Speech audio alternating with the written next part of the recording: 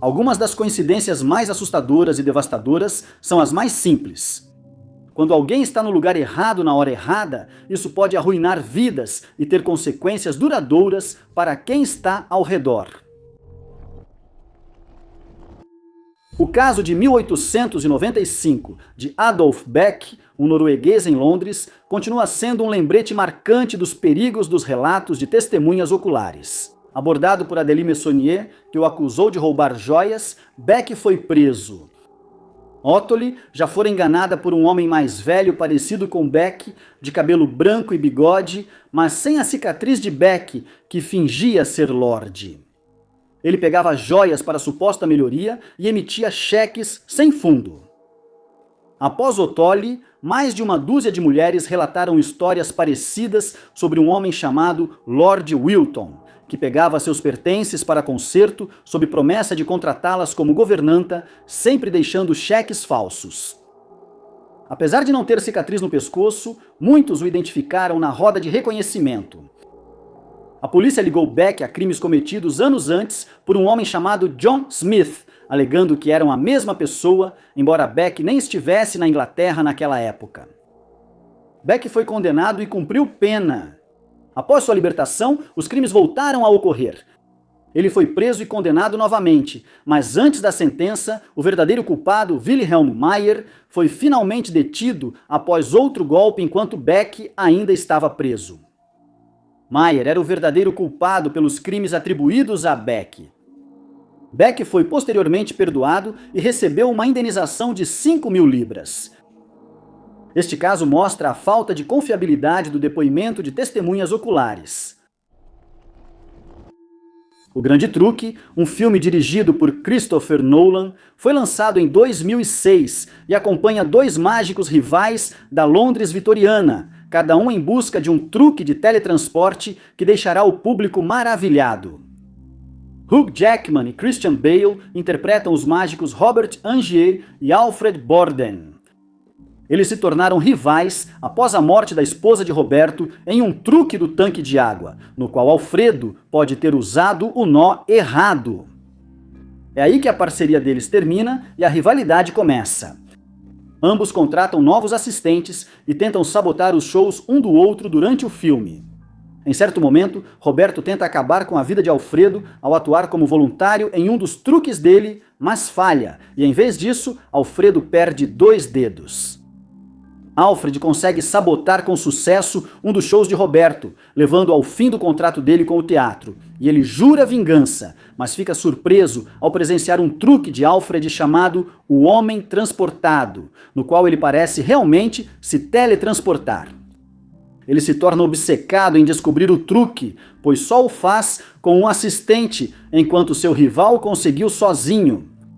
Alfred descobre que Roberto também faz o truque, mas revela ao público que ele usa um sósia, intensificando ainda mais a rivalidade entre eles. Roberto encontra Nikola Tesla, que constrói uma máquina de clonagem e o alerta para não usá-la. Mesmo ignorando o aviso, ele usa durante seu novo o verdadeiro homem transportado, surpreendendo o público. Descobrimos que um homem sempre se afoga ao ser jogado em um tanque, enquanto outro surge em outro lugar. Mas sem saber se o original vive ou se afoga, Roberto realiza o truque todas as noites, podendo perder a vida a cada vez. Alfredo se infiltra em um show de Roberto à noite, escondendo-se sob o palco para tentar descobrir o segredo do truque. Ele fica surpreso ao testemunhar Roberto ou seu clone se afogando e em seguida é preso, pois suspeitam que ele tirou a vida de seu rival. Depois, revela-se que Roberto viu Alfredo sob o palco e ficou escondido de propósito enquanto seu sósia se afogava. Alfredo é julgado culpado pelo assassinato e condenado à morte. Depois, descobre-se que Roberto é um aristocrata chamado Lord Caldlow. Durante uma visita na prisão, Alfredo revela como fez seu truque original, mas Roberto não se interessa. O assistente de Roberto descobre sua identidade e ajuda a destruir o equipamento criado por Tesla em um teatro que pertencia secretamente a Roberto. Ao sair, um desconhecido invade o teatro e mata Roberto com uma arma de fogo. E então é revelado que o homem misterioso é na verdade Fallon, o irmão gêmeo de Alfredo. Sem que Roberto soubesse, os irmãos interagiram com ele durante toda a saga, tornando óbvio como o truque era feito. Em junho de 1941, Iva Togori soube que sua tia estava doente. A notícia chegou quando Iva terminou os estudos e ela se ofereceu para viajar e ajudar a cuidar da tia com os parentes. O momento infeliz fez Iva ficar presa no Japão durante toda a Segunda Guerra Mundial, tornando-a uma das poucas americanas condenadas por traição. Iva era uma mulher nipo-americana nascida no sul da Califórnia. Ela cresceu em Los Angeles, foi bem na escola e estudou zoologia na UCLA. Qualquer plano que ela tinha para depois da graduação precisaria ser adiado. O tio avisou a família que a tia de Iva estava muito doente.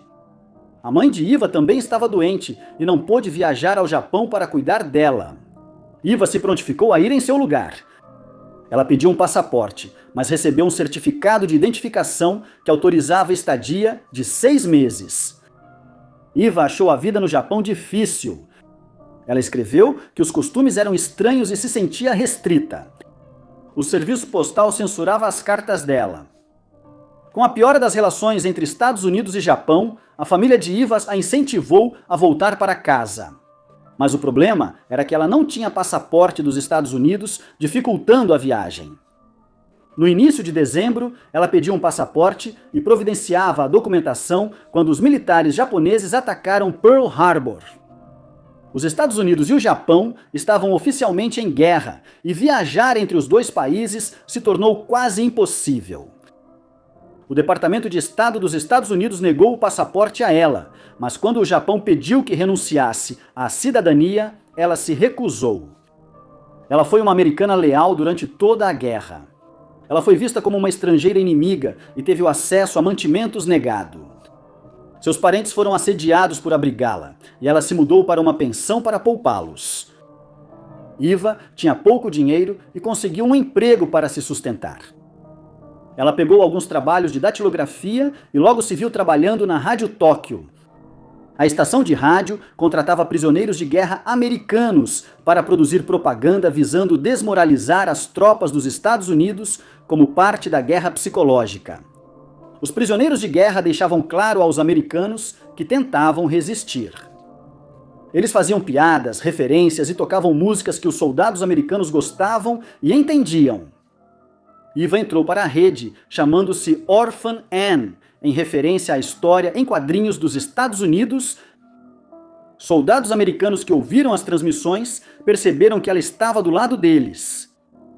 Iva não era a única mulher que falava inglês na rádio japonesa. A Rádio Tóquio tinha pelo menos 14 locutoras e outras emissoras tinham programas semelhantes. Nem todas eram tão favoráveis aos Estados Unidos quanto Iva. Entre o pessoal militar dos Estados Unidos, as mulheres ganharam o apelido de Rosa de Tóquio. Eles não sabiam quantas Rosas de Tóquio existiam e ela se tornou quase uma figura mítica entre os militares.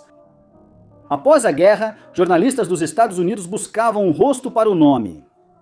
2 jornalistas encontrariam Iva. Iva ainda tentava desesperadamente voltar aos Estados Unidos. Eles ofereceram $2.000 por entrevista exclusiva e ela aceitou. Mas, infelizmente, a entrevista só a incriminou, fazendo parecer que ela havia transmitido informações sensíveis.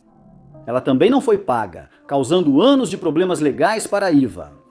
Ela foi condenada por traição ao comentar no microfone sobre o naufrágio de um navio dos Estados Unidos. Ela cumpriu 6 anos de prisão e foi libertada por bom comportamento.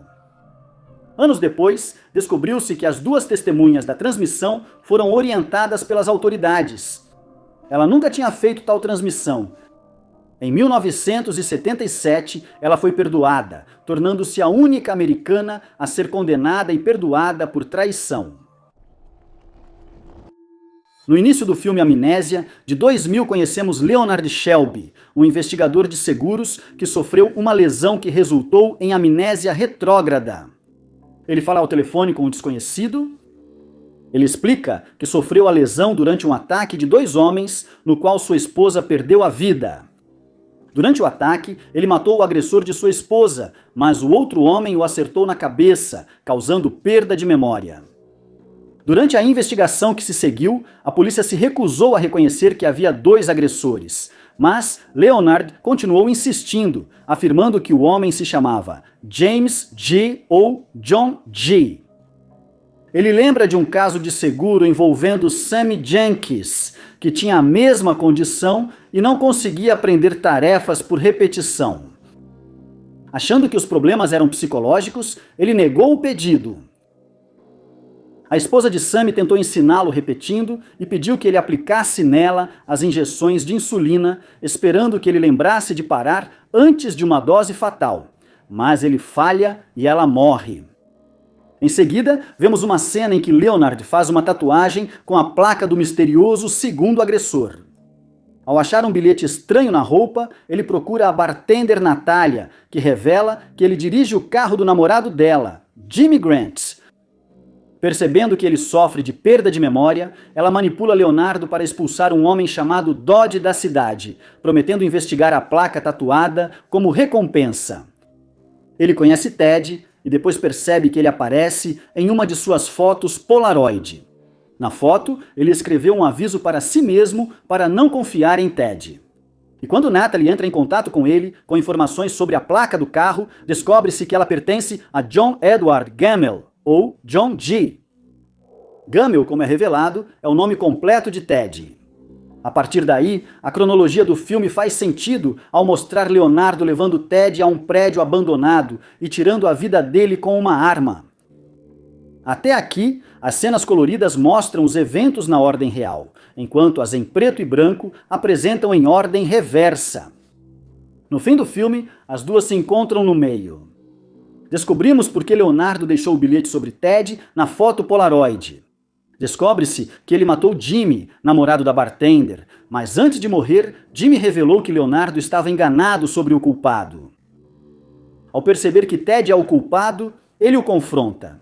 Ted acredita que Leonardo esquecerá tudo e revela ter matado o assassino da esposa de Leonardo um ano antes, além de usá-lo para cometer assassinatos, dando pistas falsas. Em 2008, um caso de identidade trocada devastou uma família em Limerick, na Irlanda, depois que Shane Gagan foi atacado a pouca distância de sua casa. Por mais de uma década, a luta entre 2 grupos rivais do crime organizado vinha causando problemas em Limerick. A rivalidade entre as gangues McGarty Dundan e King Callopy resultou em sequestros e agressões. Várias pessoas perderam a vida, e nem todas tinham qualquer ligação com nenhuma das gangues. Shane era uma dessas pessoas sem envolvimento com o crime. Tinha 28 anos e sempre viveu em Limerick. Ele jogava rugby em um time local e era montador de aeronaves na Air Atlanta. Shane passou a noite de 8 de novembro de 2008 na casa de um amigo, assistindo ao jogo de rugby entre Irlanda e Canadá. Ele saiu por volta da 1h30 da manhã e iniciou a breve caminhada até em casa. A namorada dele esperava por ele, e ao receber uma mensagem dizendo que ele estava a caminho, ouviu barulhos altos do lado de fora. Moradores do conjunto habitacional ouviram o barulho e acionaram a polícia. Testemunhas viram um homem fugindo do local e entrando em uma van, gritando para alguém dirigir. Logo depois, encontraram o corpo de Shane. Ele foi baleado várias vezes e morreu dos ferimentos. O crime chocou a comunidade. Shane era um exemplo positivo e ninguém sabia de nenhum motivo para ele ser alvo. Ele parecia estar no lugar errado na hora errada. Grandes investigações policiais começaram. Em poucos dias, mais de uma dúzia de propriedades na cidade foram revistadas para buscar evidências. A família de Shane foi ao programa policial pedir informações e logo a rivalidade entre as gangues virou o foco. Com mais informações, o motivo da morte de Shane ficou claro. Shane, coincidentemente, se parecia com um homem chamado John McNamara. McNamara estava envolvido no comércio de substâncias ilegais e morava a apenas algumas casas de distância de Shane. McNamara era o alvo pretendido do ataque, e Shane foi atacado por engano em um caso de identidade trocada. Em fevereiro de 2009, o homem que realmente puxou o gatilho foi preso. Barry Doyle tinha conexões com a gangue McCarthy-Dundan e foi interrogado pela polícia. E após vários interrogatórios, ele confessou o crime e entregou seu terço à polícia, pedindo que fosse dado à família de Shane. O filme A Órfã, que foi lançado em 2009, tem um enredo realmente perturbador. Mas o que torna tudo ainda pior é o fato de ter sido inspirado em eventos reais envolvendo uma mulher chamada Bárbara Skirlova, que manipulou com maestria sua família adotiva. Quando o filme começa, conhecemos Kate e John Coleman, um casal que já passou por muitas tragédias. Eles têm 2 filhos, Danielle, de 12 anos, e Max, uma menina de 5 anos parcialmente surda e capaz de ler lábios. Anteriormente, o casal perdeu o 3º filho durante o parto, e esse evento teve um efeito profundo em Kate, que começou a afundar no alcoolismo. Quando conhecemos o casal, eles estão entrando em um hospital, pois Kate está em trabalho de parto, pouco antes da tragédia acontecer. Devido ao alcoolismo, Kate perdeu o emprego de professora, mas John sustentou a família trabalhando como arquiteto em Hamden, Connecticut. O relacionamento deles aparenta melhora, mas logo vemos que enfrentam problemas sérios, pois Kate não consegue superar o passado. Eles decidem visitar um orfanato chamado Lar Santa Mariana para meninas, e ao chegarem, vemos que estão sendo observados por alguém no sótão do prédio. John ouve alguém cantando em uma das salas de aula, e ao entrar percebe que a fonte é uma menina órfã chamada Esther. Quando Kate o alcança, o casal imediatamente percebe que está encantado com Esther e decide adotá-la. A responsável, irmã Abigail, diz que Esther veio da Rússia e foi trazida aos Estados Unidos após a morte dos pais adotivos em um incêndio inexplicável. 3 semanas após chegar à casa da família, ela se aproxima de Max usando língua de sinais, mas Daniel se mostra menos receptivo por sentir que recebe menos atenção. Nesse momento fica claro que há algo estranho com Esther, pois Max encontra uma foto de um homem estranho dentro da antiga Bíblia de Esther. Ao tentar tirar a fita do pescoço de Esther, ela reage violentamente. De volta em casa, Kate tenta falar sobre o ocorrido na escola, mas Esther desvia habilmente do assunto. Esther então descobre que a vizinha deles, Joyce, vinha tentando dar em cima de John sem sucesso, mesmo sabendo que ele é casado, e ela a empurra de um brinquedo, fazendo com que Joyce quebre o tornozelo. A irmã Abigail visita a família após saber do incidente por Kate. Abigail descobriu que, no orfanato, Esther esteve envolvida em um acidente com uma tesoura e que o incêndio que matou sua família anterior foi provocado. Esther acaba tirando a vida da irmã Abigail e ameaça Max e Daniel de morte caso contem aos pais. Depois, ela quebra o próprio braço e acusa Kate para John. Com o tempo, seu comportamento fica mais alarmante. Kate tenta alertar John sobre a garota, mas ele a ignora até que numa noite, Esther tenta seduzi-lo. O Dr. Varava, do Instituto Sarn, entra em contato com Kate para revelar que Esther, na verdade, é Lena Kleimer, uma mulher de 33 anos que tem se passado por órfã graças a um distúrbio hormonal que impediu seu crescimento. Ela tira a vida de John com uma lâmina afiada e fere Kate com uma arma de fogo, mas Kate consegue dominá-la.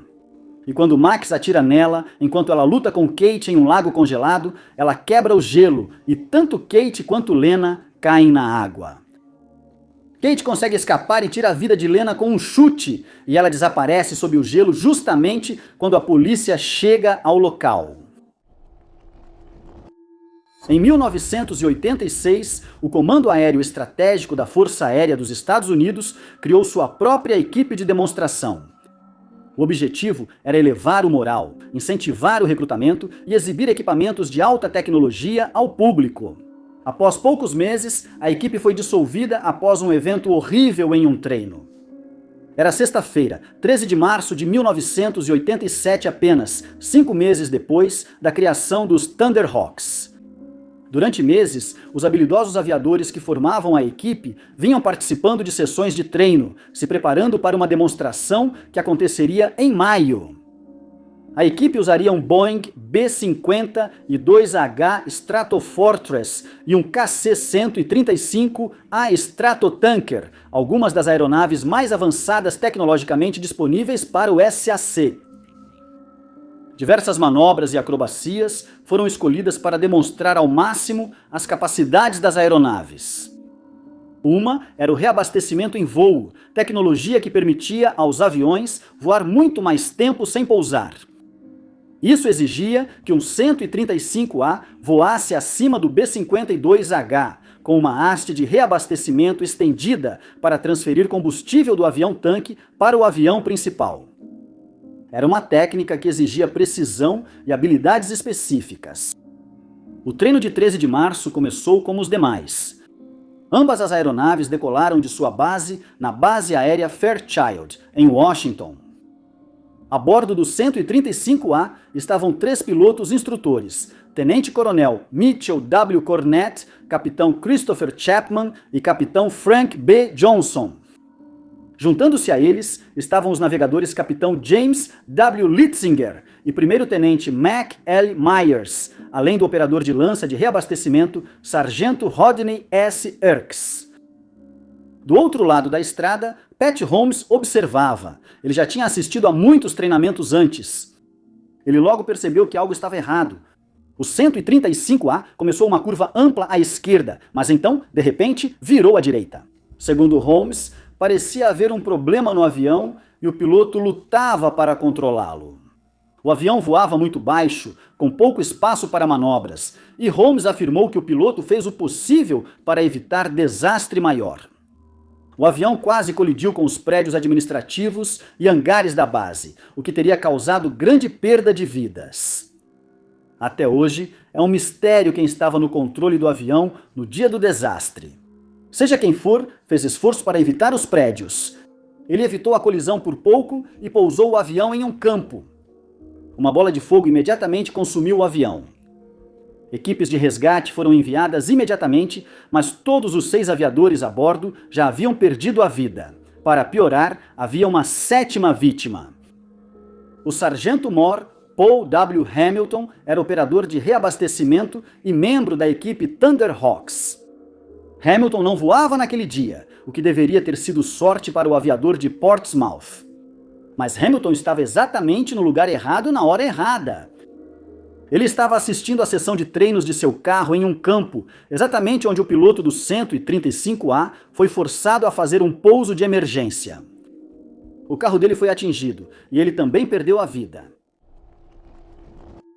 Muitas pessoas que assistiram ao filme Ilha do Medo, de Martin Scorsese, ficaram confusas com o final, graças à reviravolta sombria que ele contém. No início do filme, conhecemos o agente federal Ted Daniel, vivido por Leonardo DiCaprio. Ele viaja de navio com seu parceiro Chuck All, interpretado por Mark Ruffalo. E descobrimos que o navio está indo para o hospital psiquiátrico Ash Cliff, que fica na ilha Shutter, onde os dois devem iniciar uma investigação sobre o desaparecimento de Rachel Salando, uma das pacientes que está sendo tratada lá. Assim que eles chegam, são orientados pela segurança a entregar suas armas, e então são apresentados ao diretor da instituição, Dr. Crowley. Ele explica que Rachel ainda está desaparecida. Quando revistam o quarto, Ted acha um bilhete com as frases "A Lei dos Quatro" e "Quem é 67?", supostamente escritas por Rachel. A dupla descobre que o Dr. Sheehan, que tratava Rachel, foi mandado embora da ilha sem explicação, levando Ted a suspeitar de algo sinistro. Ele começa a ter sonhos estranhos, incluindo um em que sua esposa falecida diz que Rachel ainda está na ilha. Que Rachel fugiu e teve ajuda para isso. Entrevistas com outros pacientes não trazem novidades, e descobrimos que a esposa de Ted foi morta por um incendiário enviado à ilha Shutter, mas, para surpresa de Ted, ele não está lá. Ele também revela a Chuck ter falado com um ex-paciente que disse que funcionários da instituição faziam experimentos em pessoas com opiniões políticas diferentes das deles. Nesse momento, a dupla teme ter sido atraída para a ilha e teme por suas vidas. Rachel retorna à instituição e, ao ser entrevistada, menciona nadar em um lago, o que Ted não entende. Ele passa a sonhar com Rachel, um homem com cicatrizes que acha ser um incendiário sumido, e sua esposa, que pede para achar Ladies, o incendiário. Ele encontra o homem com cicatrizes, George Noyce, que revela que a investigação é uma farsa e ele deve sair da ilha imediatamente. Mas ele diz que Lades pode ser encontrado em um farol onde costumam ocorrer lobotomias. Ted não confia mais em seu parceiro e decide investigar o farol sozinho, mas não consegue fazer isso por causa da maré alta. Ele encontrou uma mulher escondida em uma caverna e acha que ela é a verdadeira Rachel. Ela explica que seus sonhos provavelmente são resultado de medicamentos que estão sendo colocados em sua comida e que os funcionários da instituição estavam realizando experimentos de lavagem cerebral em seus pacientes. Quando ele retorna, dizem a ele que Chuck era apenas fruto de sua imaginação, e no final descobrimos que Ted é na verdade Andrew Ladis, que é um anagrama de Ted Daniels. Ele também percebe que Rachel Solando é um anagrama de Dolores Chanal. Ted descobre que não é um agente federal dos Estados Unidos, mas um paciente da instituição. E antes do filme terminar, ele volta ao seu papel de agente federal enquanto reflete se é melhor viver como um monstro ou morrer como um homem bom. O imperador Caro, um governante romano menos conhecido durante a crise do terceiro século, reinou por pouco menos de 1 ano. Seu fim permanece misterioso. A crise viu uma sucessão frequente de imperadores, na maioria líderes militares. O papel de Caro na morte de seu predecessor Probo é debatido. Probo nomeou Caro como prefeito pretoriano em 276 d.C. e planejou uma campanha oriental. Em 282, as tropas proclamaram Caro como imperador. Ele pode ter sido leal a Probo ou apoiado sua ascensão, mas Probo foi morto, talvez por suas tropas ou por outros. Caro assumiu o trono sem a aprovação do Senado, nomeou seus filhos como Césares e concentrou-se na campanha militar contra o Império Sassânida. Um general habilidoso, ele capturou Seleucia e a capital persa de Ctesifonte em 283, recebendo o título de Pérsico Máximo. Ele morreu pouco tempo depois. Escritores contemporâneos dizem que uma forte tempestade atingiu seu acampamento e ele foi encontrado morto, possivelmente por doença agravada pelo mau tempo. Ou, mais popularmente, ele pode ter sido atingido por um raio, um castigo divino por ter ido além de Ctesifonte. Historiadores modernos sugerem que ele pode ter sido assassinado por homens ambiciosos como Probo. Os filhos de Car o sucederam, mas sem sua habilidade militar, a campanha persa fracassou. Sua morte misteriosa, seja por azar ou por assassinato, aconteceu em um momento infeliz para Roma. A Vila é um filme sombrio e intenso que se passa no século XIX e gira em torno de uma vila de pessoas que vivem na Pensilvânia e decidiram se afastar do mundo moderno. Eles se tornaram praticamente autossuficientes. Dirigido pelo mestre do terror M. Night Shyamalan e estrelado por Joaquin Phoenix e Adrien Brody, que são moradores da Vila Covington, logo fica claro que os habitantes da vila vivem em constante medo de algo que está na floresta. No início, sabemos pouco sobre as criaturas, mas, com o avanço do filme, descobrimos que são chamadas de aqueles de quem não falamos, atraídas pela cor vermelha, e que as crianças da vila não podem entrar na floresta. Torres de vigia foram instaladas ao redor do perímetro para observar perigos, e uma barreira de lampiões a óleo ilumina a noite. Essas torres de vigia estão sempre ocupadas, transmitindo a real sensação de medo na vila. Adrien Brody interpreta Noah Percy, que sofre de uma aparente deficiência intelectual e logo se apaixona pela filha do chefe, uma mulher cega chamada Ivy. Após a morte de um jovem da vila por doença, Lucius Hunt, vivido por Phoenix, pede aos anciãos permissão para sair da vila. Os moradores acreditam viver numa época em que a medicina ainda é amplamente indisponível.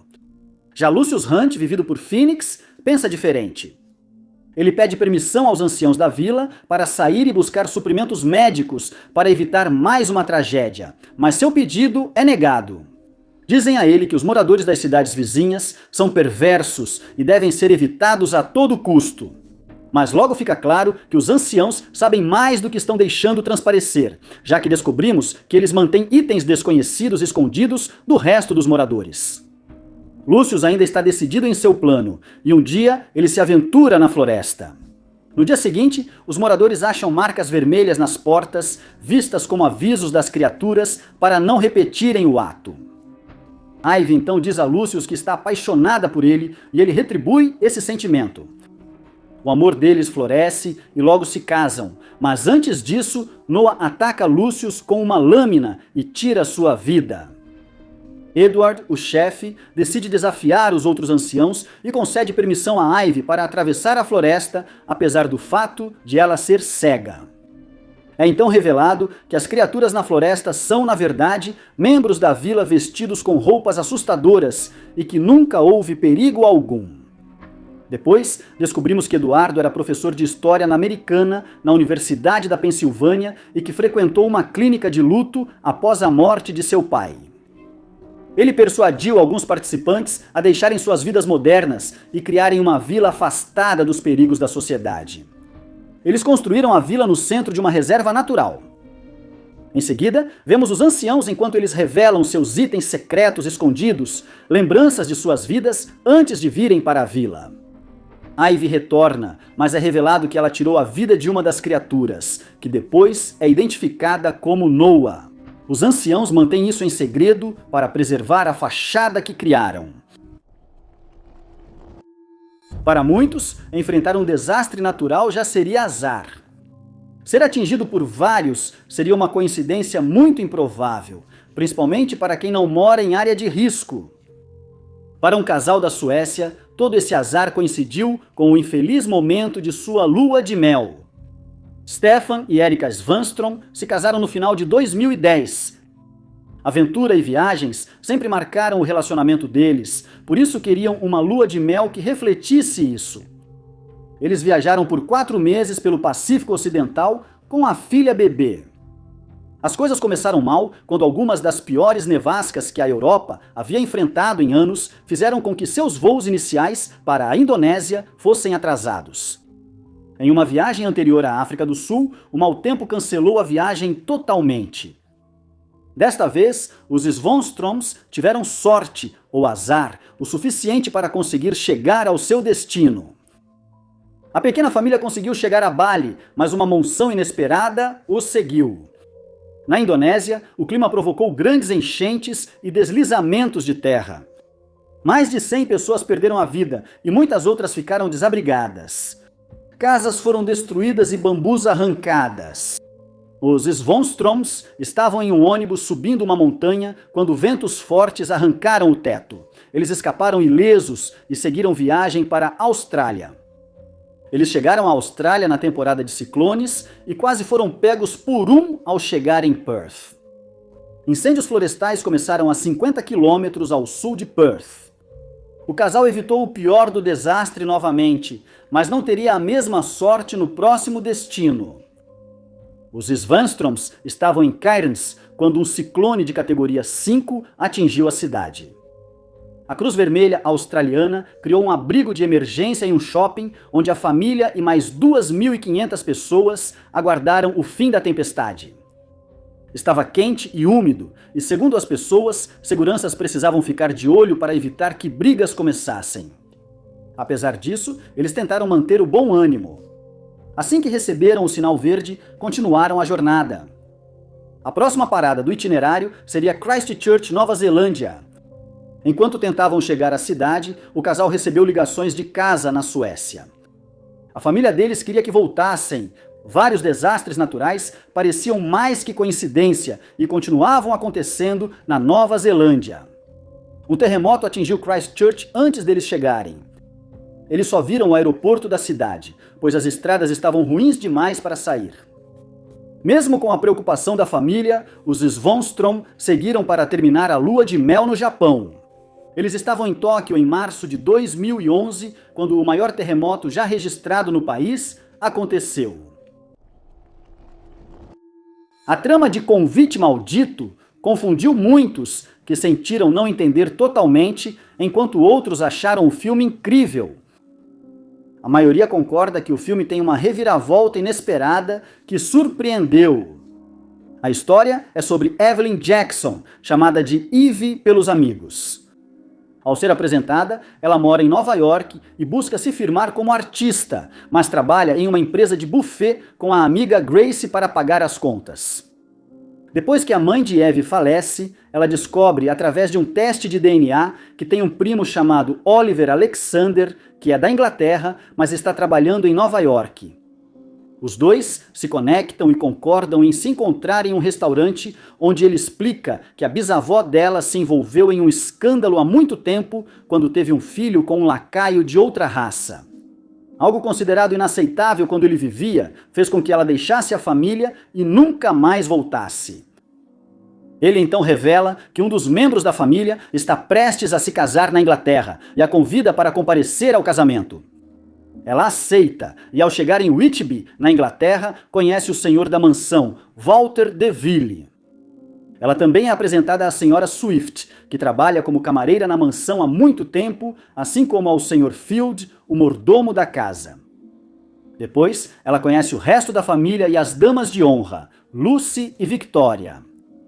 Com o passar do tempo, Eve se sente cada vez mais atraída por Walter, mas as coisas na casa não são o que parecem.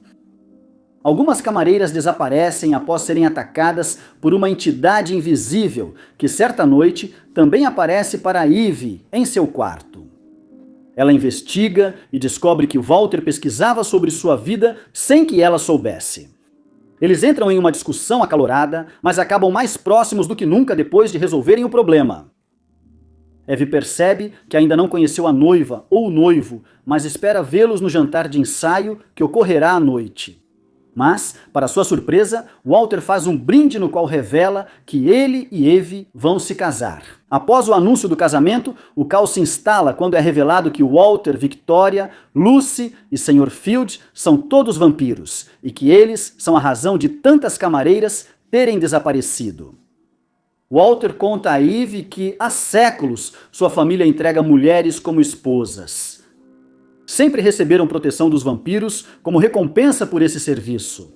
É então revelado também que a avó de Eve nunca esteve envolvida em nenhum escândalo, mas que ela foi casada com Walter em algum momento. Após sua morte, o clã de vampiros teve dificuldade em achar uma nova esposa para Walter até Eve aparecer. Por isso, ela foi levada à Inglaterra para ser sua esposa.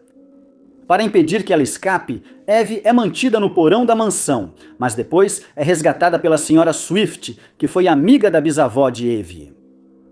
Eve foge e se esconde em uma casa de gelo próxima, onde encontra os restos das camareiras desaparecidas e da senhora Swift, assassinada pelo Sr. Field.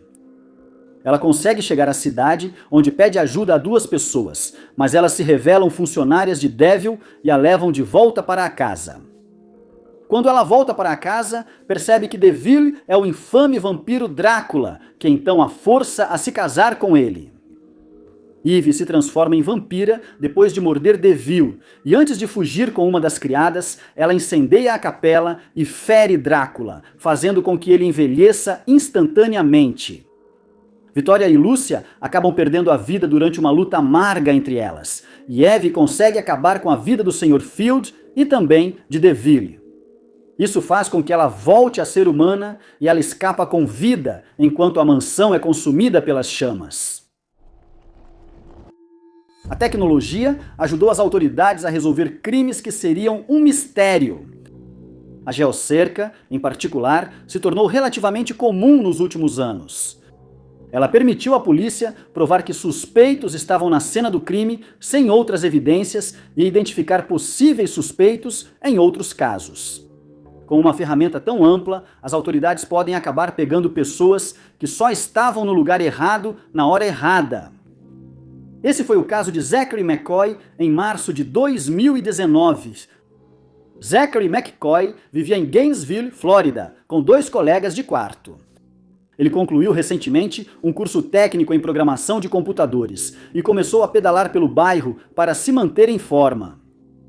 Zachary McCoy era antenado em tecnologia. Ele cresceu numa época em que dispositivos pessoais conectados à internet estavam se tornando comuns.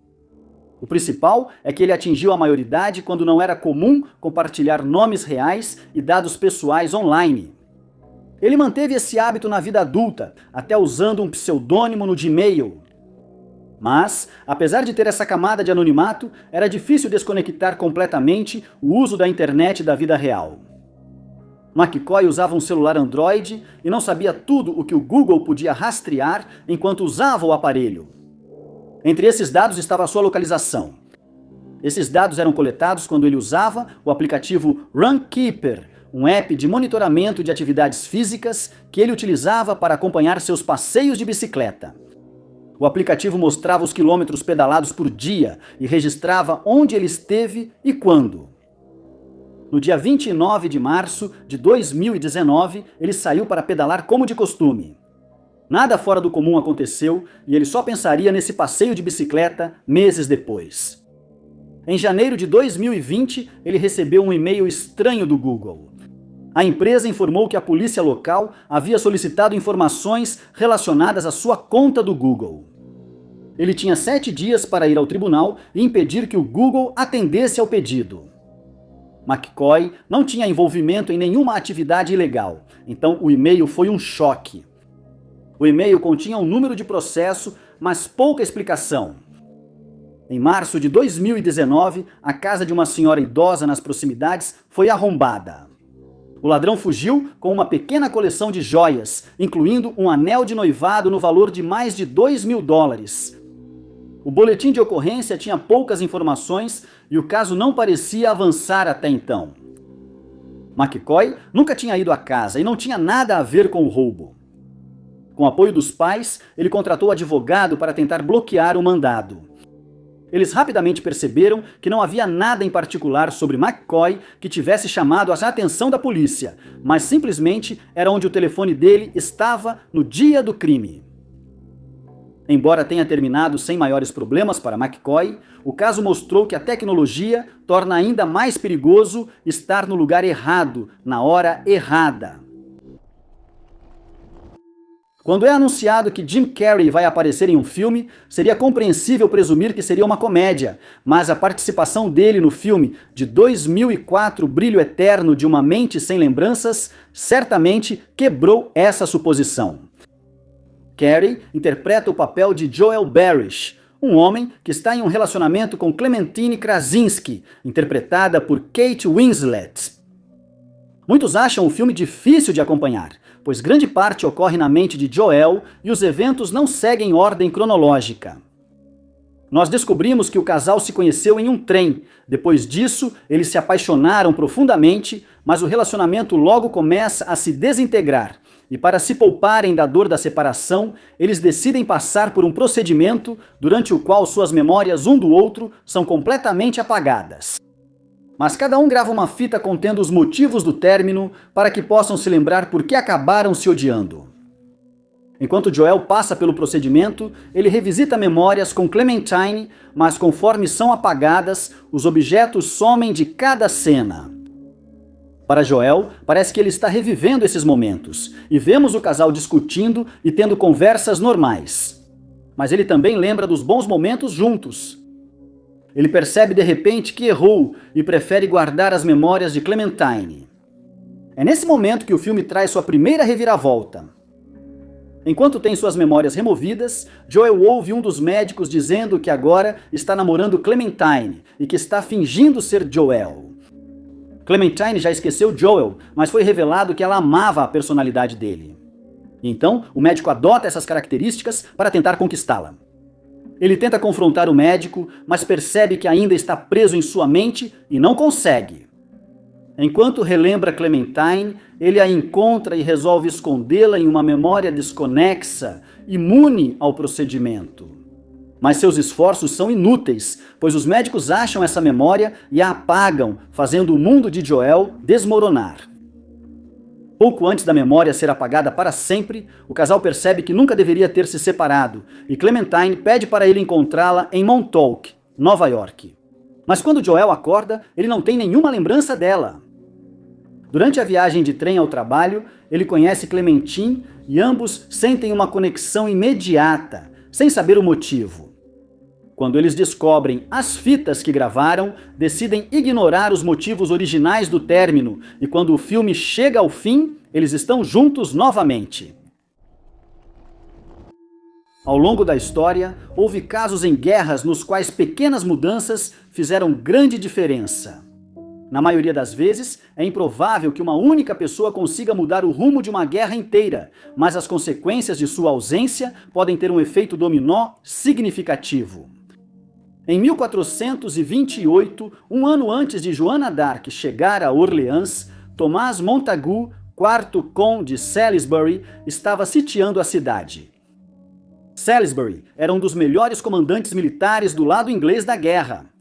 Filho de um conde desonrado, cresceu com pouco, pois quase toda sua herança havia sido retirada. Mas o jovem Montagu ganhou o favor de Henrique IV da Inglaterra. Ele recuperou parte de seus títulos e terras e pôde participar da campanha militar na França na Guerra dos 100 Anos. Montagu lutava durante a ascensão da Inglaterra e teve papel crucial nisso. Ele era um comandante inteligente, entendia a guerra e mantinha a disciplina que impedia infiltração inimiga em seus acampamentos. Ele criou forte camaradagem entre suas tropas, ganhando prestígio.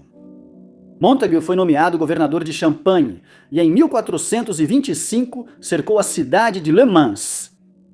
Em poucas semanas a cidade estava sob seu controle. A próxima cidade importante que ele queria era Orleans. Colegas de Montagu acreditavam que ele capturaria a cidade em poucos meses. No início do século XV, os canhões passaram a fazer grande diferença. Antes desse ponto, um cerco era apenas uma questão de deixar a população, escondida atrás das muralhas protetoras, morrer de fome. Agora, era possível disparar pedras e outras munições por cima dessas muralhas. O armamento favorecia os atacantes, mas os defensores também podiam usar canhões. Isso era algo que Montagu já sabia de batalhas anteriores, mas ele aprendeu o quão destrutivos eles podiam ser em Orleans. O cerco de Orleans iniciou-se com o de Tourelle, uma fortificação instalada no caminho para a cidade. Os franceses ofereceram uma forte defesa, mas em outubro de 1428, Montagu e seus homens tomaram as fortificações. Foi aqui que o conde estava em 27 de outubro, observando a cidade. Ele não precisava estar ali, mas provavelmente não sabia o quão perigoso era. De algum lugar abaixo, um canhão foi disparado. Isso atingiu a janela e um pedaço de destroço acertou Montagu no rosto. Ele foi levado às pressas para atendimento médico, mas faleceu devido aos ferimentos alguns dias depois. O ator Jake Gyllenhaal é considerado por muitos como um dos maiores atores de sua época. Seu papel de destaque veio em 1999, quando apareceu no Céu de Outubro, mas ele se tornou um nome conhecido depois de estrelar o estranho e perturbador filme chamado Donnie Darko, que agora se tornou um clássico cult. Após o lançamento do filme, até Gyllenhaal teve dificuldade em explicá-lo e disse que cabe ao público decidir seu significado, o que significava para eles, sem buscar um significado definitivo. O filme se passa na cidade fictícia de Middlesex, Virgínia, em 1988, e conhecemos Donnie enquanto ele está sonâmbulo e seguindo uma voz estranha que o leva para fora. Aqui, ele encontra Frank, uma figura estranha com uma fantasia horrível de coelho. Ele revela para Donnie que o mundo está prestes a acabar e que ele tem 28 dias, 6 horas, 42 minutos e 12 segundos de sobra. Quando Donnie acorda, percebe que caminhou até um campo de golfe e adormeceu lá de novo. Ele volta para casa andando, mas ao chegar lá, descobre que um motor de avião caiu na casa de sua família e que seu quarto foi completamente destruído. A FAA está perplexa com o incidente, sem saber de onde veio o motor. Donnie continua vendo e interagindo com Frank, que mais ninguém parece ser capaz de ver. E, ficando preocupados com a saúde mental dele, seus pais o levam a um psiquiatra, que sugere que Frank é uma alucinação causada por esquizofrenia paranoide. Frank e Donnie debatem viagem no tempo, tema que Donnie leva ao professor de ciências. O professor lhe empresta um exemplar do livro A Filosofia da Viagem no Tempo, escrito por Roberta Sparrow. Roberta dava aulas na escola de Donnie, mas depois se mudou para fora da cidade e parece ter ficado senil. Frank passa a influenciar Donnie enquanto ele está sonâmbulo, levando-o a ser flagrado vandalizando a escola. Quando Frank convence Donnie a incendiar a casa de um palestrante motivacional, os bombeiros chegam e descobrem que ele possui materiais proibidos em sua casa, o que leva à sua prisão. Enquanto os pais estão fora, Donnie e Elizabeth fazem uma festa para comemorar sua aprovação em Harvard, e Donnie passa um tempo com sua namorada, Gretchen. Frank prevê que o fim do mundo ocorrerá em poucas horas, e Donnie resolve falar com Roberta, autora do livro. Ele e Gretchen chegam à casa dela e descobrem que está sendo assaltada. Donnie briga com os ladrões, mas eles fogem quando Roberta chega em casa. Um carro em alta velocidade atropela Gretchen, tirando sua vida. Quando o motorista sai do carro, Donnie percebe que o motorista é Frank, namorado de sua irmã, vestido com a fantasia de coelho que ele viu em suas visões. Enfurecido, Donnie mata Frank com um tiro e leva Gretchen para casa. Ele vê um estranho vórtice se formando sobre a casa da família, mas decide colocar Gretchen no carro da família. Depois disso, ele dirige até uma colina que dá vista para a cidade. Ele então vê o avião de sua mãe passando por cima, enquanto ela retorna de sua viagem. Mas o avião é pego pelo vórtice sobre a casa, e um dos motores é arrancado e enviado de volta no tempo. Logo depois, ele acorda em seu quarto e percebe que voltou amanhã após seu primeiro sonambulismo. Ao perceber que o motor vai cair em seu quarto, ele ri antes de morrer. Gretchen não se lembra mais dele, mas tem lembranças vagas de Elizabeth, que tenta entender por que Gretchen lhe é tão familiar. Disse que a Primeira Guerra Mundial começou porque um homem estava no lugar errado, na hora errada. O motorista do arquiduque Francisco Ferdinando fez uma curva errada em 28 de junho de 1914, levando-o diretamente ao nacionalista sérvio da Bósnia, Gavrilo Princip. O tiro que ecoou pelo mundo talvez não tivesse ocorrido se essa pequena coincidência não acontecesse. Mas o membro da realeza austríaca foi só o primeiro a estar no lugar errado, na hora errada na Primeira Guerra Mundial. E muitos outros tiveram suas vidas destruídas por pequenas e trágicas coincidências. O ataque ao arquiduque não desencadeou imediatamente as hostilidades.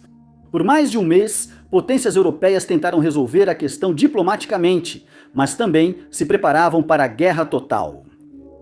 Nesse período, muitos civis tentaram manter a rotina. Entre eles estavam os marinheiros do SS Juno. O SS Juno era um navio britânico construído em 1882. Em 1904, ele foi adquirido pela companhia de navegação a vapor Tyne-Tees, empresa recém-formada após a fusão de 4 companhias de navegação locais. Ela operava principalmente nos rios Tyne e Tees e nas costas próximas. Ela operava rotas para a Europa continental, incluindo serviços de passageiros e carga para Hamburgo, Alemanha. O Juno estava em serviço há 10 anos quando iniciou sua viagem final. Embora as hostilidades no continente parecessem prováveis, o navio foi enviado para Hamburgo com cerca de 20 pessoas a bordo. O navio estava em Hamburgo em 4 de agosto, quando o Reino Unido entrou na Primeira Guerra Mundial. A Alemanha já havia entrado na guerra 3 dias antes, então todo o pessoal britânico a bordo estava no lugar errado, na hora errada. A tripulação do Juno estava longe de ser os únicos civis britânicos na Alemanha em agosto de 1914. No início, a maioria pôde continuar suas vidas normalmente. Apenas pessoas consideradas suspeitas ou potenciais espiões foram presas. Essas pessoas foram levadas para campos de prisioneiros de guerra improvisados. O campo de internamento de Ruhleben foi o mais proeminente. Ele foi inaugurado em setembro de 1914 e era o campo de internamento mais próximo de Berlim. Situado em um hipódromo, a maioria dos prisioneiros ficou primeiro em cocheiras antes da construção dos barracões próprios. Após os britânicos prenderem civis alemães em seus territórios, a Alemanha retaliou, detendo mais cidadãos britânicos em seu país. Ruhleben começou a ficar mais superlotado e outros campos de prisioneiros de guerra civis foram criados. A tripulação do SS Juno foi uma das primeiras internadas em Ruhleben. Não se sabe se a Alemanha suspeitava que eram espiões inimigos ou apenas os prendeu por serem marinheiros úteis à Marinha Britânica. Seja como for, todos foram enviados para Ruhleben, onde a maioria passaria o resto da guerra. Ruhleben era um dos melhores campos de internamento, permitindo aos prisioneiros praticar esportes como futebol e rugby, além de contar com biblioteca e eleições simuladas. Mas a comida era ruim e muitos prisioneiros dependiam de pacotes de ajuda. Ao menos um tripulante do Juno foi libertado antecipadamente. John Rowe passou a maior parte da vida adulta trabalhando em navios. Ele sustentava a esposa e 9 filhos em casa. Em agosto de 1914, ele estava com quase 60 anos e trabalhava como operador de máquinas a bordo do Juno. Seu trabalho era lubrificar e engraxar as partes móveis do motor e alimentar a caldeira. John foi libertado em dezembro de 1915. Registros indicam que outros marinheiros também foram libertados na mesma época, mas há poucas informações sobre eles, embora pareça que todos sobreviveram ao internamento. Em 2 de agosto de 1985, William Mayberry estava viajando por um tempo tempestuoso a caminho da casa de um parente. Era seu aniversário e havia muito a celebrar. Deveria ter sido o começo de uma nova fase da vida dele, mas William estava exatamente no lugar errado, na hora errada, e nunca chegaria ao seu destino.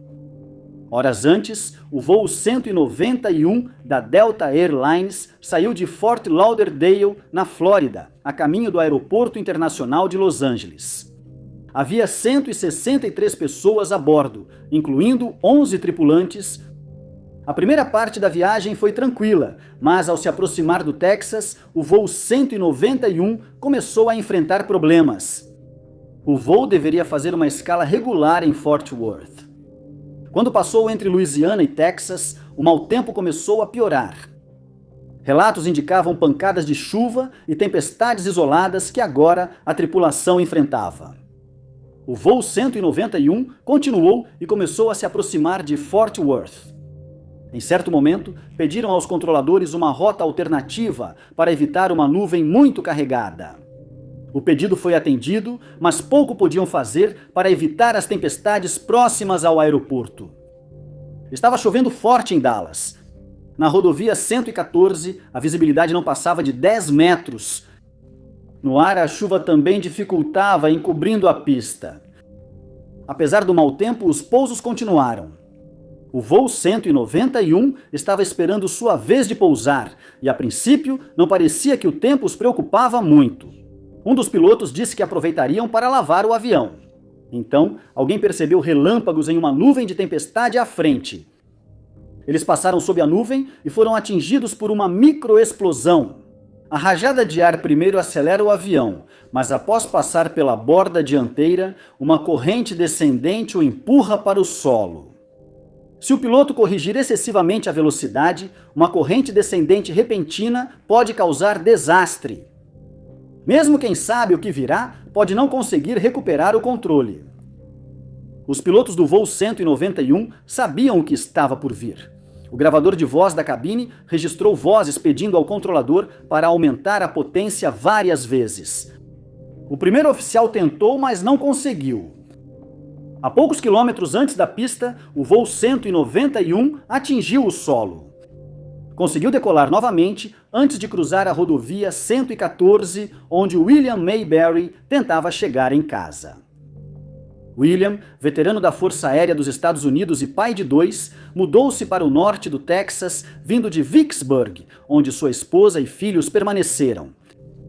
William conseguiu emprego como mecânico em uma concessionária Toyota e economizava para dar entrada em um apartamento para a família. 2 de agosto era seu aniversário. Ele viajou para visitar um parente e comemorar juntos. Devido à baixa visibilidade, é improvável que William tivesse visto o voo 191 antes que ele estivesse a poucos metros à sua frente. Não havia nada que ele pudesse fazer para evitar a aeronave. O motor atingiu o Toyota de William, tirando sua vida instantaneamente. O avião deslizou até o aeroporto, colidiu com a torre de água e foi engolido pelas chamas. Dos que estavam a bordo, apenas 27 sobreviveram. E desses, apenas 2 saíram ilesos. Os outros, um conto assombrado que se passa em uma mansão na ilha de Jersey, no Canal da Mancha, é ambientado no final da Segunda Guerra Mundial, em 1945. Aqui conhecemos Grace Stewart e seus filhos, Nicholas e Annie. Logo após o início do filme, 3 pessoas, Bertha Mills, Edmund Tuttle e uma mulher muda chamada Lydia, chegam à casa procurando trabalho como empregados. Grace decide empregar as 2 mulheres como criadas na casa, enquanto Edmund é contratado como jardineiro. Ambas são orientadas a nunca abrir as cortinas, pois as crianças têm uma condição rara que as torna muito sensíveis: a luz. Por isso, toda porta aberta deve ser fechada e trancada antes de abrir a próxima. Descobrimos também que o trio já trabalhou na casa antes, o que deixa Grace feliz, pois reduz o tempo de treinamento necessário. O filme possui uma atmosfera sombria, intensificada ao revelarmos que Annie recebe visitas de um menino invisível chamado Victor e de uma senhora idosa cega. A princípio, Grace ignora isso como sendo imaginação, mas logo começa a ouvir sons estranhos, como passos na casa, e não consegue encontrar explicação. Em certo momento, ela ouve alguém tocando piano no andar de baixo, mas quando entra apressada na sala, encontra o local vazio e a música para abruptamente. Ela acredita que alguém está escondido na casa e manda os empregados vasculharem a casa, mas nada é encontrado. Durante a busca, Grace acha no sótão um álbum de fotos com Memento Mori, tradição de fotografar entes queridos após a morte como lembrança. Bertha explica que muitas pessoas na região morreram de tuberculose no passado e Grace começa a suspeitar que podem ser os espíritos delas que estão assombrando a casa. Mas sua fé católica a faz duvidar dessa teoria. Enquanto isso, descobrimos que nem tudo é o que parece em relação aos criados, já que eles estão escondendo de propósito um conjunto de túmulos que ficam nos terrenos da casa. Quando Grace tenta sair para encontrar um padre para abençoar a casa assombrada, ela encontra seu marido, Charles, que ela achava que tinha morrido na guerra. Eles passam a noite juntos, mas ele acaba deixando a família novamente. Dias depois, ela vê Annie brincando em um quarto, com a cabeça coberta pelo vestido de comunhão, e ao retirar o vestido, se horroriza ao perceber que é a idosa citada antes, falando com a voz da filha. Na manhã seguinte, ela descobre que todas as cortinas foram tiradas e as crianças expostas à luz solar pelas janelas. Ela culpa os empregados e manda que saiam de casa.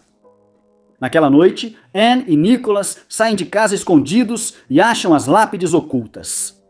Eles percebem que pertencem aos 3 empregados, que sempre foram espíritos. Grace então percebe que a senhora idosa é, na verdade, uma médium espiritual que estava tentando entrar em contato com ela e seus filhos, todos já falecidos. É então revelado que Grace, as crianças e os empregados estão todos mortos e que Victor, o menino com quem Anne estava conversando, é filho dos novos donos da casa, que estavam tentando se livrar da presença deles o tempo todo. Desde que o filme A Bruxa de Blair foi lançado em 1999, o gênero de terror found footage se tornou cada vez mais popular, pois passa a sensação de que o que vemos na tela realmente aconteceu e compartilhamos o medo dos personagens principais. A Visita, um filme que foi lançado em 2015, se encaixa perfeitamente no gênero, mas muitos fãs sentem que ele se destaca pelo fato de ter sido dirigido por M. Night Shyamalan, que se tornou sinônimo de filmes de terror de boa qualidade. A trama acompanha um irmão e uma irmã chamados Tyler e Becca, que são da Filadélfia. Seus pais se divorciaram e a mãe, Loretta, iniciou um novo relacionamento. O casal decide fazer um cruzeiro, mas para isso, os dois irmãos precisam ficar com os avós, vovó e vovô, por um tempo, apesar de nunca tê-los conhecido. Loretta não fala com eles há 15 anos, desde que se opuseram ao casamento dela com seu professor do ensino médio, de quem agora está divorciada. Becca e Tyler encaram a visita numa boa, enquanto decidem filmar a experiência para um projeto de vídeo. Eles viajam para uma área isolada na Pensilvânia de trem e, ao chegarem, são recebidos pelos avós na estação. Depois, seguem para a casa de fazenda deles, que fica em uma região remota. Eles são orientados a ir para a cama às 9h30 todas as noites e a não entrar no porão da casa, pois está coberto de mofo, o que pode ser perigoso para a saúde deles. No começo, a visita parece estar indo bem, mas depois, vovô e vovó começam a agir de forma muito estranha. Uma noite, Becca sai de fininho do quarto depois das 9h30 e, para seu choque, vê vovó passando muito mal. Logo depois, vovô não fica atrás ao, inexplicavelmente, confrontar um homem na cidade, acusando-o de estar seguindo a família. Logo, os irmãos percebem que algo está muito errado e decidem documentar sua missão para descobrir a verdade. Em determinado momento, uma mulher que foi aconselhada pelos avós chega à casa para agradecer, mas uma discussão começa e as crianças percebem que nunca a viram sair. Uma noite, Tyler decide instalar sua câmera na sala durante a noite, mas vovó encontra a câmera e depois disso, ela tenta entrar no quarto deles segurando uma lâmina afiada. No dia seguinte, os irmãos assistem à gravação e decidem partir o quanto antes. Eles fazem uma videochamada para a mãe e mostram a gravação do comportamento estranho. Aqui o filme fica ainda mais sombrio. O desespero de Loretta ao assistir à gravação é evidente, mas não pelos motivos esperados.